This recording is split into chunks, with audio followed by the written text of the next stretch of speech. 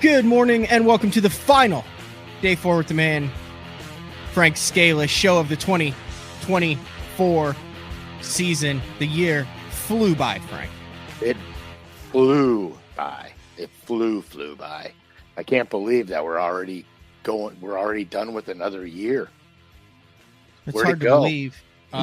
We are rapidly approaching. We're about a dozen shows away from show number 200, which means that you're going to have to visit Oklahoma this winter. We'll have to get together on our schedules and see exactly when that's going to happen in January or February, which means another 4 days of me telling you that we have to do shows, even though you would like to skip them and fish the entire time. That's fine. It is what it is, man. We serve the fan. Speaking of serving the listener, so I've been in Mexico. We'll dive into that. You've been on the water. We have a little bit of a bet to settle. Perhaps listeners can get a free $50 gift card to lurenet.com if I guessed the exact weight in pounds and ounces of the biggest bass you caught in Ohio, and you guessed the exact weight of the biggest bass I caught in Mexico in pounds and ounces. Okay, so if we announce this, how do we pick a winner? If we announce our weights. Oh, I never even thought of that. Then how do we randomly scroll through the thing, like, you know, that random thing you got? Yeah. So no, when we get to this section, all of the live listeners will just say start guessing, and then as we proliferate about the weights, the first person who guesses the right weight, and you only get one guess per screen name. If someone So, wait, no, that doesn't make any sense. Okay, so hold on a minute. Wait a second. We totally just screwed this whole contest up. That doesn't make any sense. It makes zero sense. So, yeah, we'll just pick someone in the comments. Random pickage. And here, yep. I got an idea. I have a complete set of Pro Rogues in the FX colors. So let's 1 second. This was horrible. We literally just BS for 15 minutes before we went live, and then I screwed the pooch on this. So 2 weeks ago, before I left for Mexico. Correct. Or last week, there was actually a show on Thursday where we did it. It was a recorded show, though.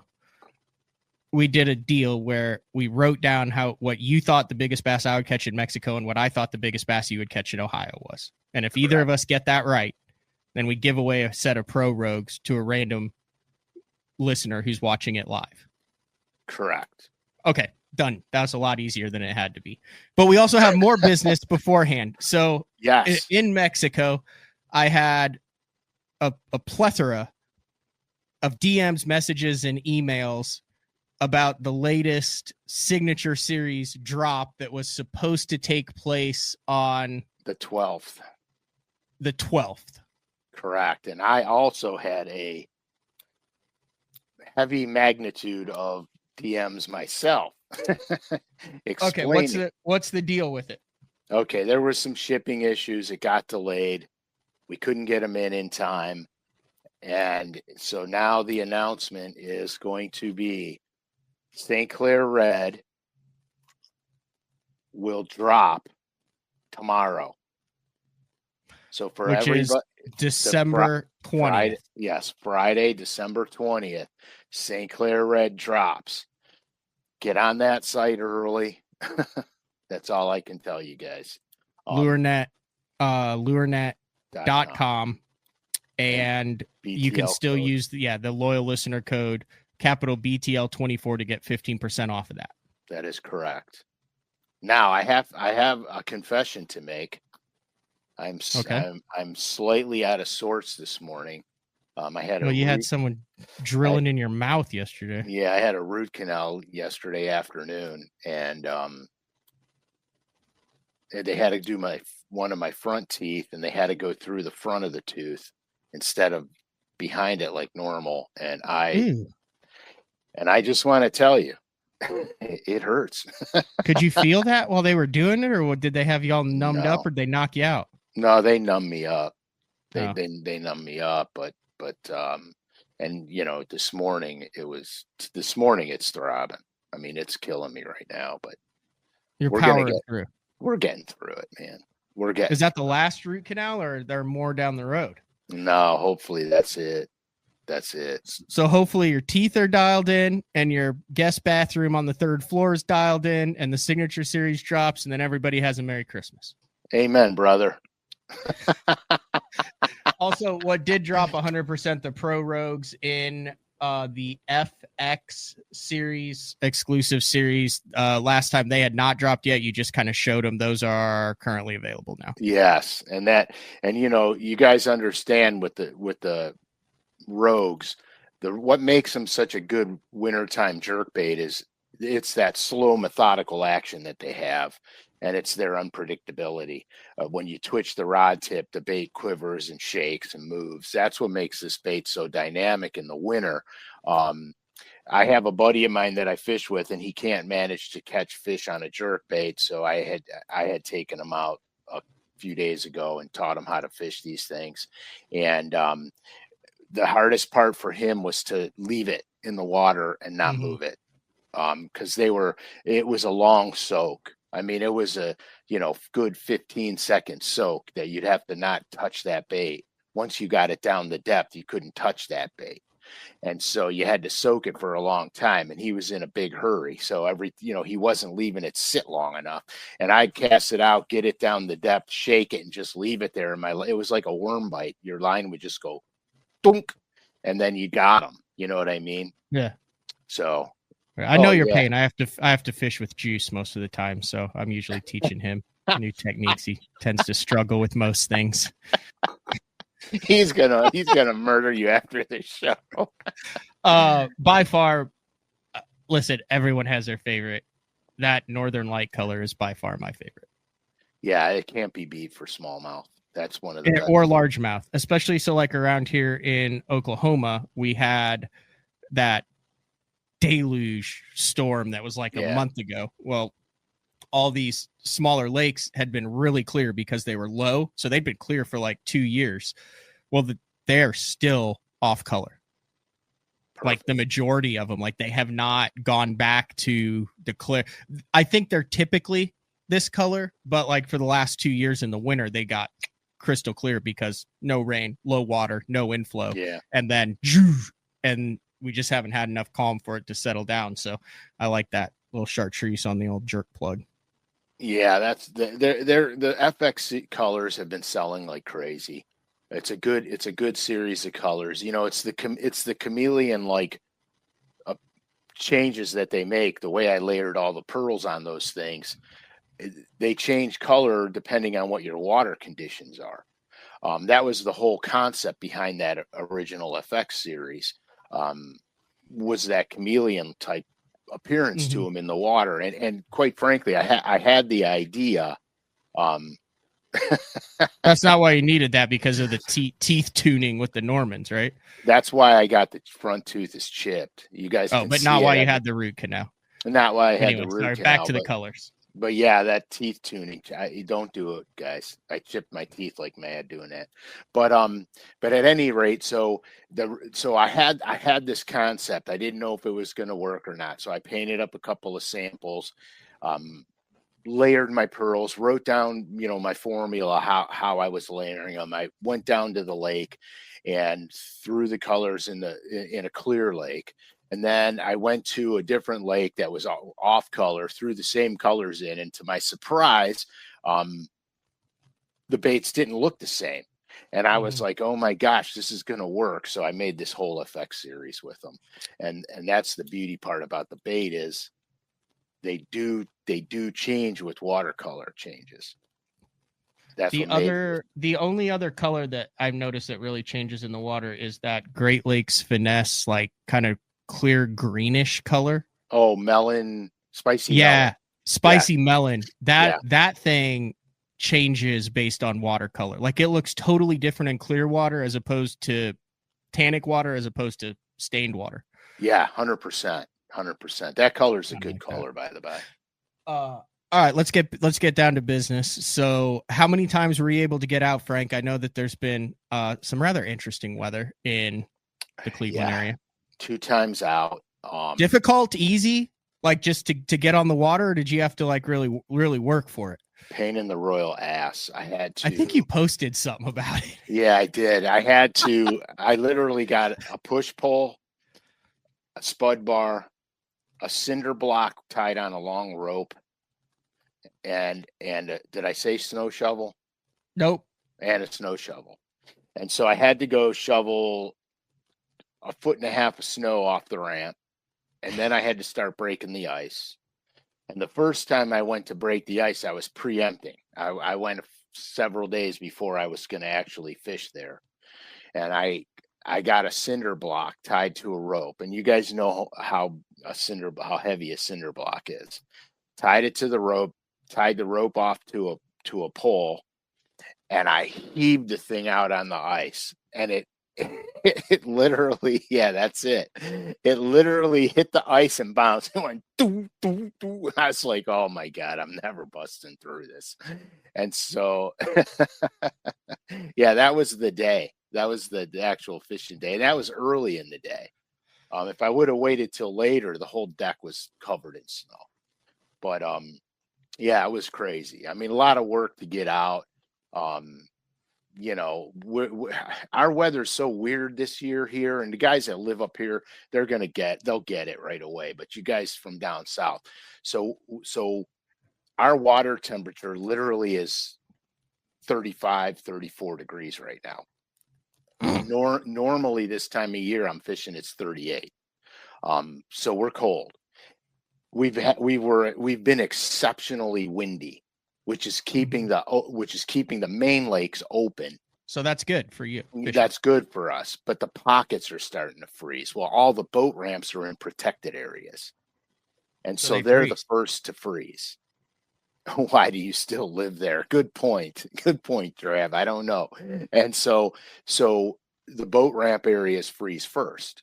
Well, the problem is if they get too thick, you can't break the ice. Mm-hmm. So when I had my aluminum boat, I took the tail lights off the trailer and I put plugs on them, and I attached them with a wing nut and a bolt. So when I would get to the lake, I could unbolt the lights and unplug them, and then slam that boat into use the it ice. As a battering ram. Right, use it as a battering ram. With my bass boat trailer, I'm not doing that because the lights are in the trailer and I don't want to crack them out. So I get on the deck of the boat, spud bar it, back it up a little, spud bar the ice, back it up. It's a pain It's a pain. Yeah. And so was it worth it? It's always worth it. Okay. It's always worth it. So I had 2 days of fishing and 2 days, total of 27 or 28 bass in 2 days. Oh, that's strong. Yeah, it's not bad. Mostly A-rig, Rogue. What do we? All jerk baiting. Oh, that's awesome. Yeah, it's great. It's great. So the big question is, so I have written down what I predicted your biggest bass would be. And I'm embarrassed, actually. You're embarrassed? Yeah, because normally I do. I went conservative because I knew the conditions. I knew that it would be tough, but I also know your prowess with that A-rig and the jerk bait. So I think we might be in the same ballpark. All right. So should I flash it? Well, that depends on what you're going to flash. The picture of the bass. Okay. Yes, absolutely. And I'm sorry to say this, guys, but okay, that's strong. Ooh, I think I may have overestimated, but you can't really tell. That's got a big head on it. Yeah, no, you're good. We got it. Yeah, it was heady. Okay. Was it a heavy fish? Heavy-ish. Okay. It wasn't what I thought it was going to be. Do I just say it? Well, we'll say what my guess was first. All right. What was your guess first? I guessed 5 pounds, 10 ounces. 4-2. Yeah. 4-2, Frank. So no one wins the Rogues. I'm so bummed out because that's still a good fish though. It's a good fish, but here, in all honesty, I should have beat 5 pounds easily. And did you have anything hooked up, or was it just conditions wise? Just conditions wise, I caught a ton of 3-pounders. I couldn't get the big ones, and I was really disappointed. To be honest with you, I wasn't even gonna weigh the fish. I was you had to. I was like bummed out. So that's still a good fish, though. I mean, dude, I would imagine on that day where you live, you caught the biggest bass out of everybody in Cleveland. I could tell you on that particular biggest lake, largemouth. I could tell you on that particular lake I did, because I was the only idiot out there. Those are the days you remember, though. I still remember the days of, as long as you're safe about it, as long as you go with a buddy, which you did. Yeah. As long as people know where you're going, as long as you're doing it during daylight, and as long as you have the safety protocols, which we've talked about in other shows. Right. I mean, those are the days that you remember, because you work for it. And even if you don't catch giants, you earn every fish. Yeah, you do. It was a great, I'll bloviate for a second and then I'll let you run it. Okay. So it was a great couple of days fishing. The guy that I fished with is a good friend of mine. We do a lot of crappie fishing together. We do some bass fishing together. And he has not caught a winter bass. And so, and he never fished jerk baits before, so he didn't quite understand the game. So I spent a lot of time working, teaching him how to do it. And the hardest thing, I think, for him he got to pull it down to depth. He got to shake the rod tip in place, not moving it, shake it in place. He got that down. The trouble that he had was the soak, just to leave it there. These particular fish this time literally wanted this thing not moving. Like if you moved it, you didn't catch one. You literally just had to leave it there, and I would be watching my line like a hawk, and all of a sudden my line would just jump, and then I would reel down to him and get him. That was the hardest part. So good old fashioned jerk baiting. You weren't scoping these fish individual. You were casting and line watching. I remember the first time that I ever experienced that was in a very early spring tournament. It was a Bass Nation. It was a Federation Nation back then. And it was one of the first ones that I fished by myself in Oklahoma. Jeffries gave me his Rogue box. And I was not a jerkbait fisherman, having, grown up in Illinois, and it just, I did not understand it. And I can remember the cut. It was down lake. It was the first long cut before you go into Ketchum Cove, and there's a row of docks on the right-hand side, and I fired it out, and he had told me how to work it, and I got it down next to the dock post, and it was just, I remember watching that line just go dunk and then just start to take off, and I reeled into it, and I was like, oh my God, this is crazy that they'll eat this just plastic stick that's sitting still. And I had such a fun time like learning it, and every time it just, some of them you'd go to jerk it and they'd be on it. Those ones where you jerk it down and you pause it and it just boom, they're on there, is the coolest bite ever on a jerk bait. Only a specific part of the year. It's fantastic. Frankie and I were out last winter, or the winter before last, and the bass were literally knocking slack in the line when they hit it. They literally, all of a sudden, you're shaking the thing and you're pausing it, and you got your line going to it, and you got that little wind bow in the line. You're watching it. All of a sudden, the line lays on top of the water. You're like, holy shit. Jerry, the Signature Series drop date tomorrow, December 20th. Start checking in the AM. Frank doesn't know exactly what time it'll drop, but it will drop tomorrow on lurenet.com, capital BTL 24 to get your extra 15%. Yeah, please. Now I'm going off the email I got yesterday. So well, that's but so I remember also that same day, so there's like the row of docks down one side, and then there's like a natural point. It was like a real narrow cut. And I go off that point, and by now, I mean, I'm KVD. I memean, I'm a jerkbait expert. I've caught 6 or 7 on it. I get it. And I fire this freaking rogue up on the side of this point, and I pause it, and this thing just bricks when I go to jerk it again. Explain to me how in the winter a drum can get 9 points past all of their rubbery round mouths that is below their mouth and get a jerkbait so far back in their crushers without getting hooked before it gets to that point. I don't even know how they eat the thing. It was like a 12-pound drum. I thought I caught the lake record on my first day, but dude, drum will murder a jerkbait. Yeah, they have tenacity. Those fish have one will, and that's to eat. I've seen them. You know, the craziest thing is, okay, living on Lake Erie, we'll catch thousands of them things. Mm-hmm. I was scoping on Lake Erie this fall, and I see this one little blob out there, and I go, that could be a big smallie, man. And so I fire out the jig and minnow, and I'm sitting there shaking it, watching it, and this thing turns, and he starts running that minnow down. I go, oh, yeah, it's going to be a good one, man. I lean in it. I go, oh, yeah, this is a good head shakes.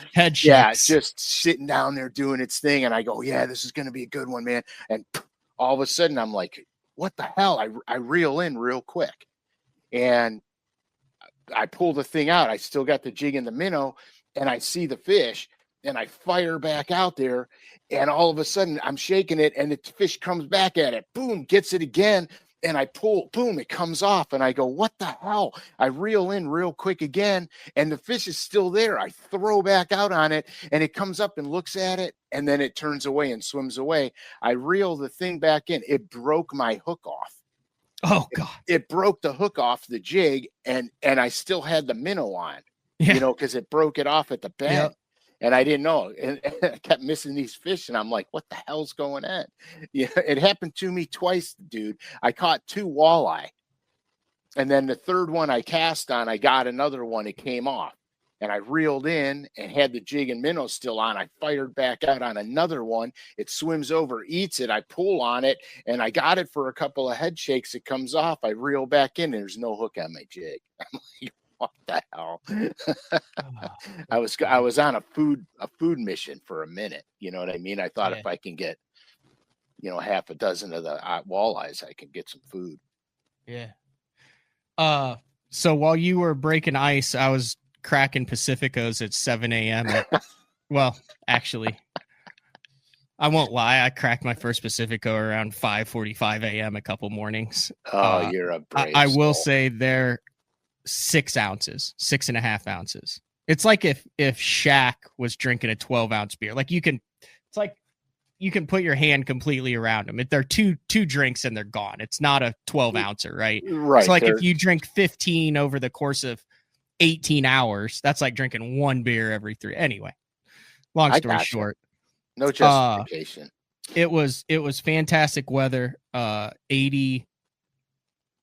80 degrees on like 3 or 4 of the days, almost pushing 90 a couple of the days. Nice breeze in the afternoon. Every single person of our 8 group caught a fish over 8 pounds. 4 caught their personal best. And it was, so they had just put the electronics, this Bass Tank put scope on all the boats down there. Pro Bass Adventures, Josh put it on like 20 some boats, LVS 34s, 10-inch or 12-inch screens, and Ultrexes. So really that El Salto has really not had live scope on it ever. So these had been on for about a month and a half, 2 months. And I'd say we only used it probably 2-3 hours a day, to where you're actually like live scoping, casting the fish or looking for fish. Yeah. The rest of the time was insane. We had a 37.5 pound limit on top waters between me and my buddy Darren on the spooks. And it was so interesting. Like, I wanted to ask you this question. So we're used to spooks, and it was mid 70s water. It's pre-spawn down there. But when you work a top water or a spook, it's do. You get it walking, right? You get it looking like a fleeing bait fish on the surface, and those fish eat it. Explain, this is both years that we've been down there. Explain to me why, or what would be the cause of, if you worked it like that, you wouldn't get many bites. But if you took that super spook in the oaky shad color, and you cast it up and you went do, and it would walk, and then you literally pause like you were jerkbait fishing, and then doom, and it would walk back the other way. I mean, you're probably 30-40 seconds a cast, doom, doom, and then it would just get crushed. It was always on the pause, and it was never when you were working the bait fast. Why would those fish that are big and aggressive with shad and tilapia in that fishery only react to a bait when it was sitting still and when it was worked painfully slow on top? My guess that it looks like a juvenile tilapia going after shad, and you know how they'll run them and then they stop and then they run. No, them? I don't. Is that what they do? Well, tilapia traditionally are plant-based feeders. Okay, but they do take protein. So Okay. they're not true bait chasing animals. You follow me? They mostly eat plant matter and stuff Okay. like that. So they're not chasing things down. Does that mean they're likely to move more slowly and sit on the surface, or? Yeah. So Because that would explain that's- the popar and the slow bite. Correct. Now the crazy thing is like my cadence on the spook is either as fast as I can make it walk, like crazy fast, like, or I'll go, so it goes one way and then the other way, and I make it swim when it glides. It'll move like a foot or so, and then, but I've never paused the spook like that. Yeah, this was a complete pause to where the rings were dissipating, and then you'd hit it again and then it was just like someone from about 5 foot up just dropped a bowling ball. Dude, my jaw would hurt at the end of the day. When I fish frogs, I grind my teeth. You would have grinded your teeth. Yeah, waiting for that explosion. But to fish a spook that way, my jaws would be killing me at the end of the day. Like I said, they have Bubba scales down there. So one morning, Darren and I, these were our weights on topwater, and he was throwing a river to sea rover, and I was throwing a oaky shad super spook. 6'6", 5'8", 6'3", 6'14", 5'15", 5'13", 6'15", 5'8", 5'11", 6'7", 5'2", 5'10", 5'15", 5'3", 6'11", and 5'2". And I took meticulous notes of every fish. That wasn't, hey, that's a 5-pounder. That's, oh, well, knowing what I said, hey, everything over 5, we're putting on the scales. Boom, Bubba, look at it, take it into my phone, write it down at that instant. God almighty, dude. And it was, but here's the other thing that's weird, Frank. So we had one really good day at topwater. The rest was 1 or 2, but it was worth it because you never know. I mean, they were an average 5.5, 6 pounders on top. We go right back to that same area and we expanded on it the next day. We caught 4. And let me say this, same conditions, same everything. We had probably 10 that smoked it and completely missed it the following morning. The day before, we only had probably 2 that missed it, and we caught 15. Yeah, that's what insane. Changes in that 24-hour period to where one day they don't miss it and they're aggressive on it, and the next day they miss it 80% of the time?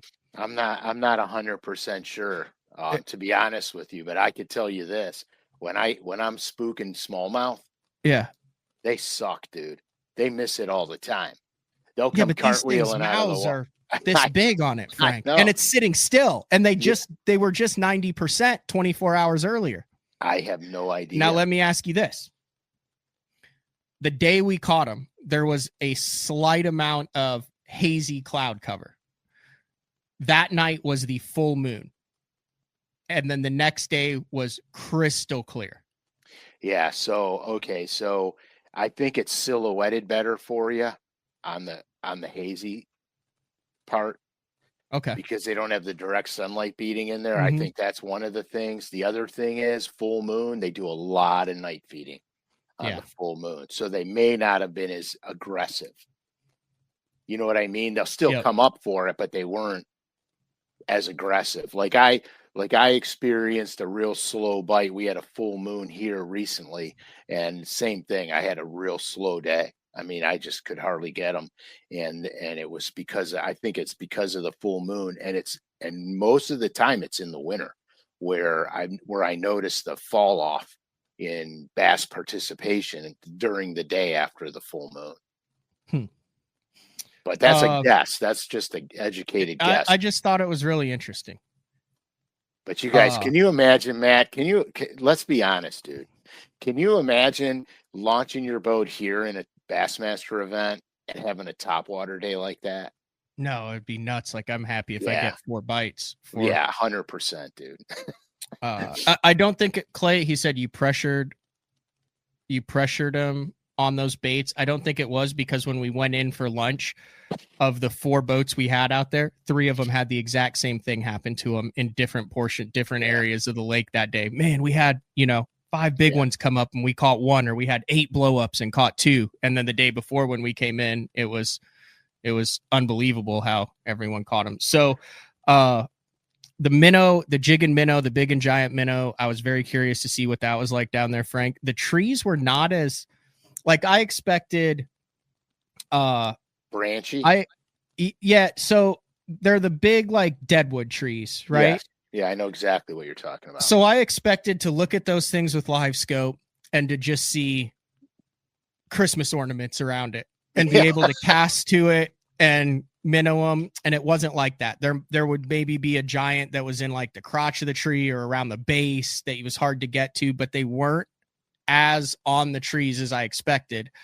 They were more so around, like, little rocks, hard spots, things adjacent to trees, more related to the structure. They're very structure oriented, the bigger fish, but they would definitely eat a minnow. And it was so cool to watch those things, see it and turn and follow it. And they would suck down a 7 or 8 inch minnow like it was a 2-inch minnow. Oh my God. I caught a 9-10. I caught a 9-8 doing that. And then they would eat a swim bait, and it's crazy. I would love to see an underwater bite on that 5-8 swim bait, because you're reeling it and it goes completely slack for a second on the bigger fish, the 7s, the 8s, the 9s, the 10s. Is that fish running it down? So it's swimming through it. That's what makes it feel like your line gets cut. Right. That's exactly right. That's why a lot of times on the jerkbait fish in the winter, especially when you do the long pause, they have it head first in their mouth. Mm-hmm. The thing sitting there quivering in the water, and they're like, no, we're not going for its tail. We're going head first. A lot of the bass the one day last week had the whole entire jerkbait in their mouth, but the face of the jerkbait was down their throat, and the tail of the jerkbait was sticking out. I mean, that was a topwater double with my buddy Darren. Like, imagine, I think his was a 7-7. Oh my God. I mean, like he's fighting one, and I'm like, goosh, there's mine. Just hold on to that 7 while I land this 6. We had probably 7 or 8 doubles like that. Then it's also amazing. So this was the one, and I don't know how big your fish said it was. Look at the build on that fish. Oh my goodness gracious, dude. So it's like a piece of plywood. Yep. So I'm curious as to what you thought my biggest fish would be down there. And this is the last chance for a set of the FX Rogues. 10 pounds, 7 ounces. I know, dude. I talked to a buddy of mine after I made the guess who goes there all the time. Mm-hmm. And he said, no, you'd have been better off in the 9-pound category. You would have. So there was a 10-pounder caught while we were down there. And it happened to be the infamous Juice from Juice's Jigs caught a 10-12. And on the last day. I could still hear him talking about it, by the way. Oh, yeah. And my biggest was a 9-pound, 10-ounce largemouth, which I caught on an 8-inch Sakamata shad. I also had a 9-8. One of the other guys in our group had a 9-11 and a 9-4. He caught those. He caught one on the biggest Shadalicious that they make. Holy smokes, dude. Yeah, Juice caught his on a little underspin. It was very interesting. A lot of the big fish, you want to talk about bait, we do a lot of shows that revolve around bait. They're kind of on a little bit of a downswing with the tilapia populations there. Mm-hmm. And shad are now in that lake. So a lot of the bigger fish were eating 3 to 5 inch baits. So Juice caught his on an underspin with a 4.5 inch plastic on it. Perfect. His 10-13. Yeah, they net the crap out of the tilapias down there. Yeah, it's a heavy industry. But never threw a crankbait. I never threw a Texas rig. Darren caught a couple big ones on a Texas rig, and we didn't find, the guides took us to areas where they're then using scope. We found one school of probably 150 to 200 fish in it. And it was on like a little hump on like a channel swing. And Perfect. We'll be able to show this a lot better in 2025, hopefully, Frank, with some of the additions to day 4. But I looked at it, and there's nothing else in this lake. There's a couple channel cats and tilapia, and that's it. And I'm like, those all look like bass. Like those look like fun bass to catch, right? Like 80, 90 feet out, all individual balls. So what do you think? 3-pounders? Yeah, I'm thinking 3 to 4 pounders, like big ones, right? Yeah. Every single fish in that school was between 5.5 and 8 pounds. Oh my God. And we caught, I was the day that I fished with Juice, and we caught probably 25 or 30 of them. Holy smokes. So that was the only day that I totally screwed the pooch, because I would weigh every one, and then I would realize I haven't gone on my phone and written down each one. So I didn't want to go back and make it up. So really, I probably am like 10 or 15 short, because it was every single time you got down, dunk, dunk, dunk, dunk. Caught him on hair, caught him on a swim bait, caught him on a big minnow. That's like dreamland. It was absolutely insane. So you could conceivably go down there and really learn how to scope. Not conceivably, you could 100%. Because you get rewarded. Yeah. There's other places you could scope and catch more fish. Just not, I mean, the average fish, I'd say the average fish when we got bit was probably like a 5.2. Dude, who'd complain? No, it was fun. I mean, but you learn so much. The one thing that I learned is how much pressure you can put on a big fish. And I think that because we catch them so infrequently where we're typically fishing, we lose so many of the big fish because we give them way too much credit while we're fighting them. Yeah, you go in panic mode almost. And you're afraid to put some weight on them. Like there's a technique that I do in the winter up here, and I use 6-pound line. And you'd be amazed at the 4 and 5 pounders I catch and what kind of pressure I'm putting on them. I mean, it's crazy. But growing up on Lake Erie, catching all the smallmouths, this is what made me learn this light line stuff. Really, when you catch a big sheephead or a drum, you want to get them in the boat as fast as you can so you can go catch a real fish. Mm-hmm. That's what made me understand how much pressure you could actually put on a fish with light line.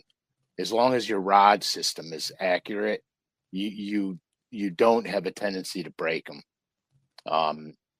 So yeah, I kind of get the light line game. I'm trying to see, one of the other boats took a picture of me, and I'm on a 7-foot spinning rod with a 14-pound test leader, and the thing's just doubled.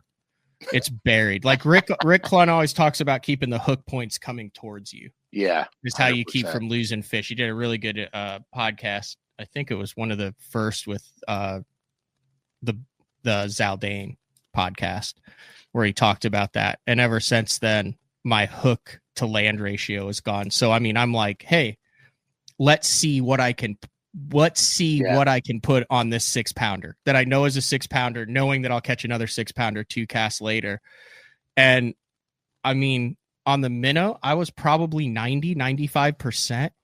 That's good. On and I mean, these are big fish and they're jumping, and I just was manhandling them, which I would never have done prior to going down there. You just don't get that many opportunities to practice, which explains why Kelly Jordan lands a lot of the big ones and Ish lands a lot of the big ones. The Bobby Lanes, because they're in areas on Lake Fork and in California and in Florida where they get more big bites and they know how to handle these big fish instead of saying, oh my God, it's a big one, and backing the drag off and treating it like a sissy. And as long as you know and have 100% confidence in your line and your hook and your knots and your leaders and your connections, you can put a lot more heat on fish and get them into the boat a lot quicker than I think we give them credit for.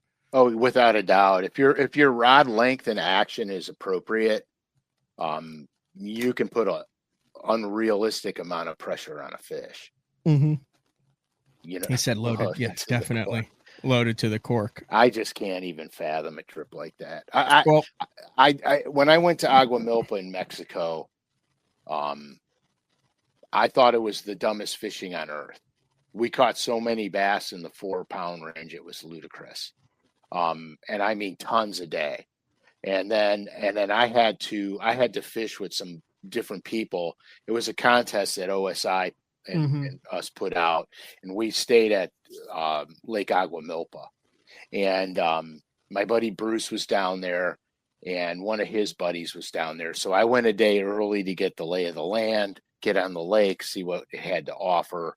And then I had to deal with the OSI contest. So I fished a few hours every day with each one of the winners of the contest.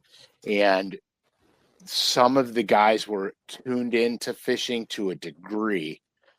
Others really had no clue.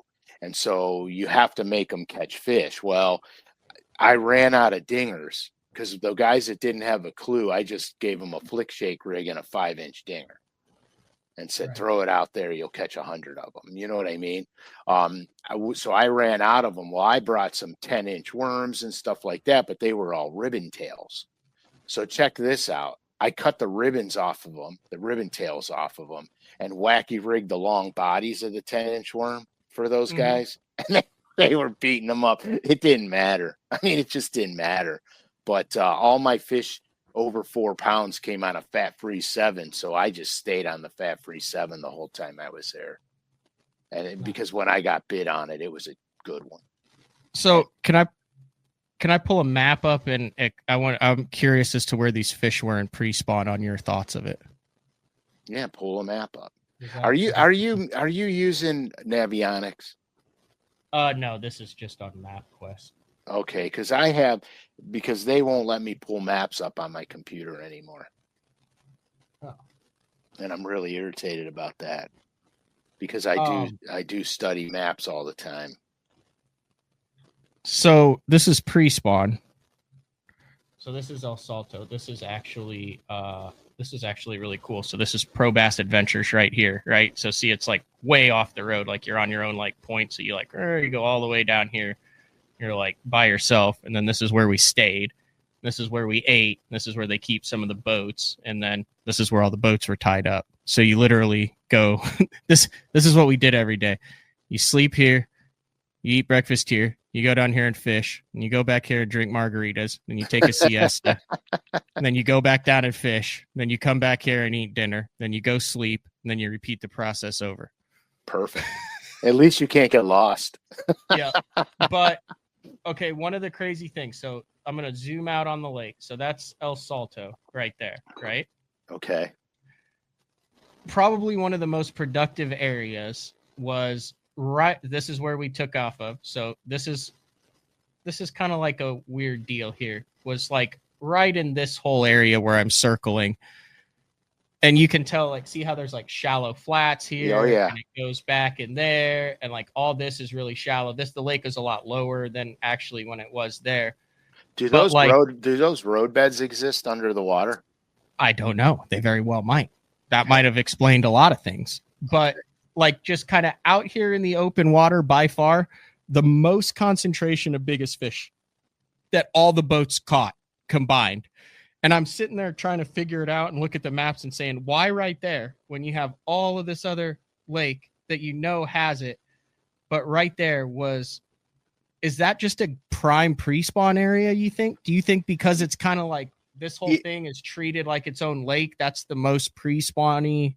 Yeah, because when you zoom in a little bit, it's almost like there's a pinch point there. It looks like there's 2 points that come out, and they don't quite saddle. It looks like there's a trench in between the 2 points where the roadbed ends.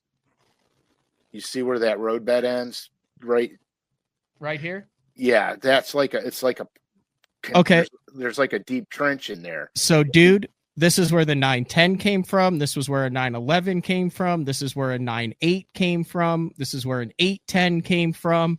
And I never even realized, you're right. There, look at that. Shallow roadbed that comes across it, fishing like its own thing. And that area right in there was the juice. Yeah, see, that stands out to me like a sore thumb. That's freaking awesome. Or in today's case, a sore mouth. Mm-hmm. And we didn't have any there's no cell service on the water or anything like that, and I didn't look at any maps or anything, so that's cool to look at that after the fact. Oh yeah, that's sweet. Plus that whole section section where it narrows before you go to the rest of the lake. If you zoom out a little bit on the map, okay, right there. If you go all the way to the right of your map where the narrow is before you go out of the canal to the other end of the lake. No. Yeah. The other way. Keep to the right. Away from your lodge. Keep going all the way. Keep going. Okay, right in there. Now, if you go through that canal and you look at the long finger that sticks out. Yep. That finger, you see the hole on the other side of that right where your hand was a second ago? No, down towards the canal entrance. Guys, we will never have to deal with this in 25. I can't wait. Down from where you're at. That's right. Go back right there. Yep. There's another hole there. That section there would almost act similar. But the area of the lake that you were in, because that canal mouth is so narrow to get back to your lodge, that whole area acts as its own lake. So this is very interesting that you pointed this out. So we never fished this because you kind of go where the guides want to. Correct. And the most pelicans, seagulls, coots, water birds, herrings, the white thing, the egrets, and the most surface bait activity was right in here on the entire lake. We run past this every single morning, and there was massive amounts of bait activity and birds right here. We never stopped and fished it, but I would be willing to bet that if you were going to catch schoolers, it would be right in there. Probably. It narrows down. It's a pinch point. Yep. And then the other place where we absolutely smoked them was up the river, right in this bend right there. Excellent. That's where Juice cut his 1013. That's pretty narrow. Yep. It's pretty cool to look at this stuff and see it up and down. Yeah, that's sweet. And you don't have to worry about anybody going and hole jumping those. Because you can't just take your boat down there and put it on the water. You literally have to go down with one of the outfitters. So that whole lake is off. You can't just go there and launch a boat. I would not recommend it. No, we've never seen anybody, and there's I think 3 lodges on the lake and one that operates remotely. And like once you go down there, you'll see it's not it's not conducive. I don't think it's even possible. Like there's no public launch ramps, obviously nothing like that. Like clearly. We've seen one local launch their boat there in the years that we've been there. Yeah, that's I mean, quite frankly, probably would not have your boat or truck for very long if you just decided to drive down to El Salto. No, you probably wouldn't even make it there. That's like Agua Milpa, man. You couldn't even drive there. You want to be with an outfitter with someone that they pick you up with the jersey and the van that says Pro Bass Adventures on the side, and you don't have to worry about a damn thing. Right. That's the only way to go down there. Yeah. That's fabulous. So. It's just unbelievable. The fishing down there is just, It's not realistic. It's very unrealistic. It's very very unrealistic. I mean, I would venture a guess between Backrack, El Salto, Agua Milpa, there's bass in those places that have never ever seen a lure in their 100%.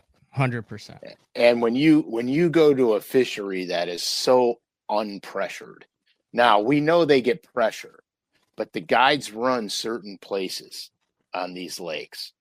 They don't venture too far away from home base. They don't have to venture far away from home base. And then you figure the pelagic bass in those areas that roam all the time, underneath the shad and stuff. They never see a bait, dude. Those fish behave. They're behaving as without any knowledge they're going to get caught, eaten, or anything. Their behavior is pure. It's pure, I want to say it's a 20,000 acre fishery, and most of the time there's 0 to 15 boats on it. Yeah, I mean they behave. They're pure. It's pure bass behavior. Well, when they have the tilapia nets in, the bass definitely relate to the tilapia nets.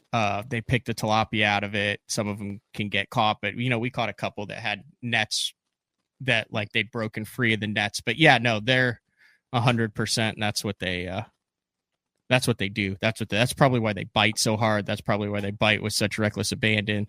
That's probably why they move the way they do, behave the way they do, is because that's what a largemouth bass is supposed to do.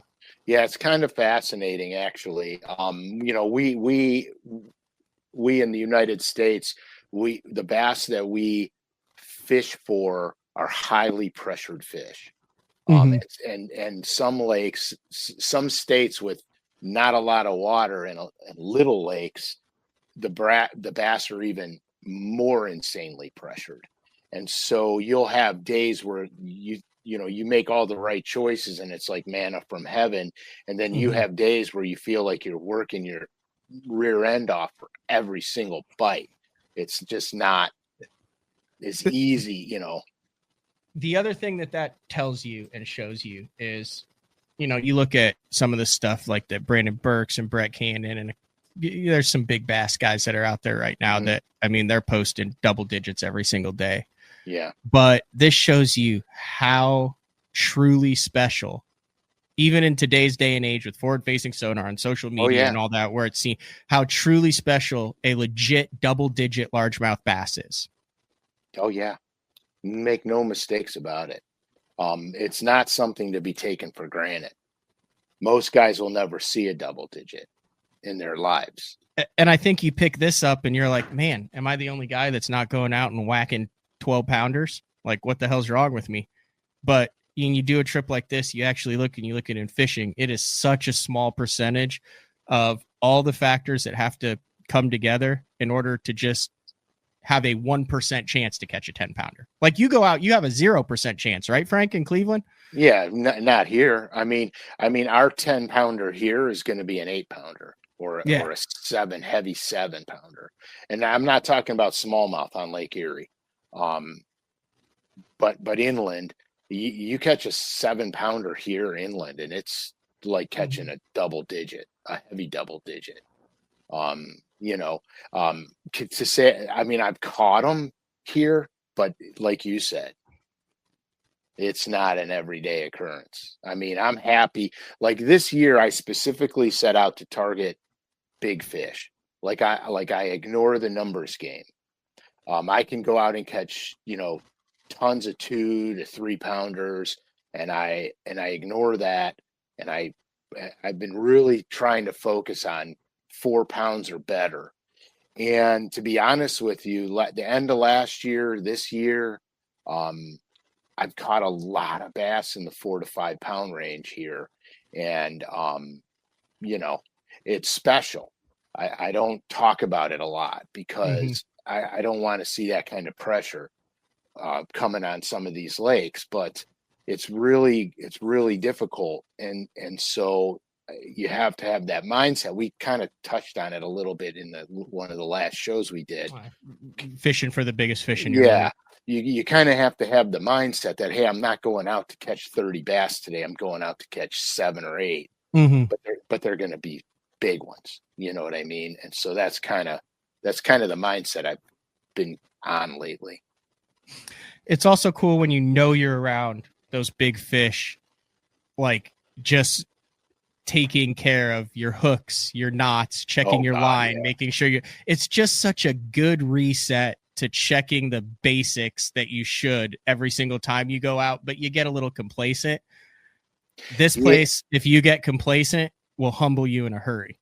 Oh yeah, 100%. I mean, look at everything you're coming in contact with. You're coming in contact with where under normal conditions, an average bass will be 2 to 2.5 pounds. Your average bass down there is 4.5 to 5, based on the numbers you guys put up. I mean, crap, how many bass over 5 pounds did you guys get? On mine, we had 80, was it 87 or 83 over 5 on the scales? I mean, think about that. 87 over 5 on the scale. Oh my God. Just think about that for a minute. Yeah. Yeah, it was pretty nuts. It was a good time. It's such a, it's so cool. I mean, it's so cool. You know, the half the fun is going somewhere that you don't go, that you haven't been on. That's a lot of fun. That's why I fish for other species, because I don't do it that frequently. So when I do it, I'm all in. The crappie game, Matt. I mean, you know, the crappie game is something spectacular to me, because up until the time, you know, you showed me how to do the live scope and stuff on them, it was really lucky if you caught a big giant one. And now I can go out and I understand their behavior way better, and I can go out now here and I'm catching crappie that look like the crappie you guys catch down there. Mike asks, are there any lakes that produce like that in the U.S.? Falcon was similar to that for a couple years because of ecological factors. And Amistad in the beginning. For right now, I don't know of any lake. I don't know of any lake where you can go catch that quality and numbers of size consistently. You can have a day, but right. Unless you're talking smallmouth, then you're talking the Thousand Island area for sure. Not largemouth 100%. Like that's the fishery of a lifetime. And here, you know, we talk about the smallmouth game, parts of Lake Erie, parts of Lake Ontario. Look how vast those bodies of water are. Yeah. Look at how many smallmouth are in those bodies of water. The pelagic smallmouth roam most of their life in open water. Most of those fish will never see a bait by the time they die. That keeps the populations big. That keeps big fish in the systems. Fishing pressure can hurt small areas on these big lakes, but it's not going to destroy the whole lake because you can't fish the whole lake. So that's close. We got to get you down there at some point. Yeah, we got a lot of things to do. And all that. But no, it's a great place to like practice a lot of, you get feedback on big ones, practice a lot of the stuff you talk about. Right. The problem going down there is your tackle you're bringing. For me, when I went down, I brought one suitcase that had nothing but tackle in it, because I didn't bring hardly anything, dude. I didn't understand though. See, I didn't understand what I was up against. And different types of year. I mean, there are times a year where you're going to need all the spoons and the crankbaits and the big plastics and the Carolina rigs, but like 4/8 and 5/8 swim baits, 3/4 and 1/2 ounce heads, couple glides, 3 packs of big minnows, couple packs of minnow hooks, 4 top waters. That's all I brought. Yeah, I brought so much tackle down there with me. The suitcase I'm surprised they let it on the plane. And then when I got there, I gave them to the guides. I gave all the tackle to the guides. Yeah, that's what I did too. Yeah, I'm like, I'm not bringing none of this back. You take it all. What else you got before we wrap up the final show of the year, Frank? I mean, we just kind of chatted, gave out some information, but I've enjoyed it. Oh yeah. Well, I wanted to wish everybody a Merry Christmas and a Happy New Year. Again, join us next year when we I already got my Christmas wish. Yeah, we just got the number one QB, John Mateer. He's at OU, Oklahoma Sooner. There you go. We got our new offensive coordinator, and then we just signed some wide receivers. So we're going to be back and better than ever. All I can say is the Cavs are in first place. We can't talk about the Browns anymore. No. They'll have a good game every now and then. No, but I'll tell you what, dude, Baker's been killing it. I know. It's been so fun to watch him. Yeah, too. I was a fan of his the day he stepped foot in Cleveland. Still am a fan. I like his punky ass. That was attitude. A situation where you were a really good angler on a lake at the worst time. On a really good lake at the worst time when he was in Cleveland. Like, I mean, you know what I'm saying? Like, he was on like Falcon during a massive cold front, and everyone was like, they like kind of ran him out of there, and you're like, just wait till the conditions get a little bit better, and you'll see how good he is. I honestly think that he got entirely screwed over here. I believe that they were getting so much heat from everybody and everything, and they didn't know how to utilize the guy.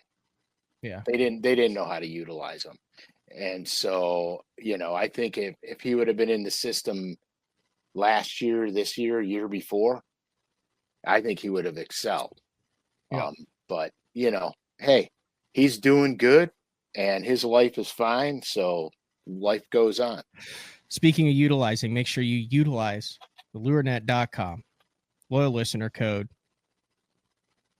capital BTL 24. St. Clair Red drops on December 20th. Thank you for all those who have been patiently waiting that. Once again, incredible listener and viewer support. I love chatting with all of the not only BTL, but specifically the Day 4 listeners and viewers. Such a passion. Met so many of you guys at the Bassmaster Classic over the last couple years. Chatted in DMs, asked questions. I've given your email out probably a few more times than I should have. Sorry about that, Frank. Okay. But, have you gotten those where it's like, hey, Matt, David? I was well, I don't know. That's a Frank question. And it sounded legit. So yeah, no, it's fine. It's fine. It's good. Greatly appreciate it. Love getting on here. Not only it's cool, you've got all the regulars who are on every single show that get it, and then every show there's a couple guys that are like, hey, this is the first time I've caught it live. Big contingent of iTunes and MP3 listeners. Greatly appreciate you guys too. Typically the ones who show up and go, whoa, you look nothing like you sound. At the Bassmaster Classic. Oh gosh. And Frank, thank you for what you do and the time and effort that you've dedicated into this and sharing your knowledge and passion. And then also a huge shout out to Pradco, to LureNet, to the guys who make that happen. Big shout out to Ryan as well. All the guys behind the scenes over there who when Mark brought you on originally and wanted to do this, it was like, you want to do what with who? And it's turned into something that I couldn't imagine without it. So same here. Massive appreciation of the support. And before I let you have the floor to close it, since it is your show, I will tease a little bit into next year. We're working with it still be the Pradco LureNet exclusive show. We're working behind the scenes diligently to Frank don't do nothing for free.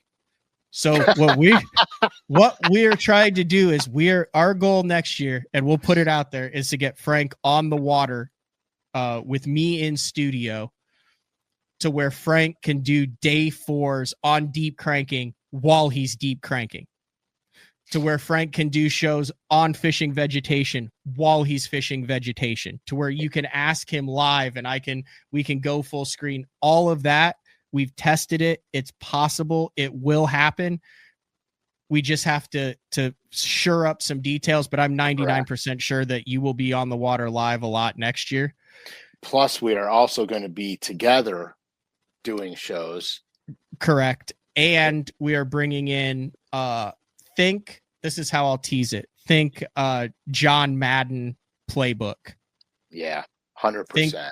Think the ability to pull up exact locations with contours and mapping and marking like that on demand.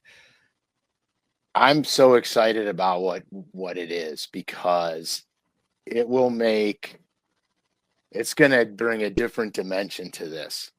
It's going to be so interactive. It isn't funny. And we're being kind of cryptic about it right now because we can't let too many of the details out, but I promise you, we're taking this show to a whole different level.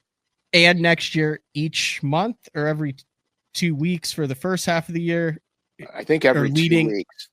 Every 2 weeks leading up to the 200th show starting in 2025, we'll be giving away a $50 LureNet gift card. Yes. And no one has to mail it to you. It's a code that goes to your email. So right. You have to wait on me to mail. You're right. You'll get a code, plug the code in, you're good to go. Matt, as I always say, we're a team. We're friends. We're a team. This doesn't work without you. And I appreciate everything Mark has done to get it to this point.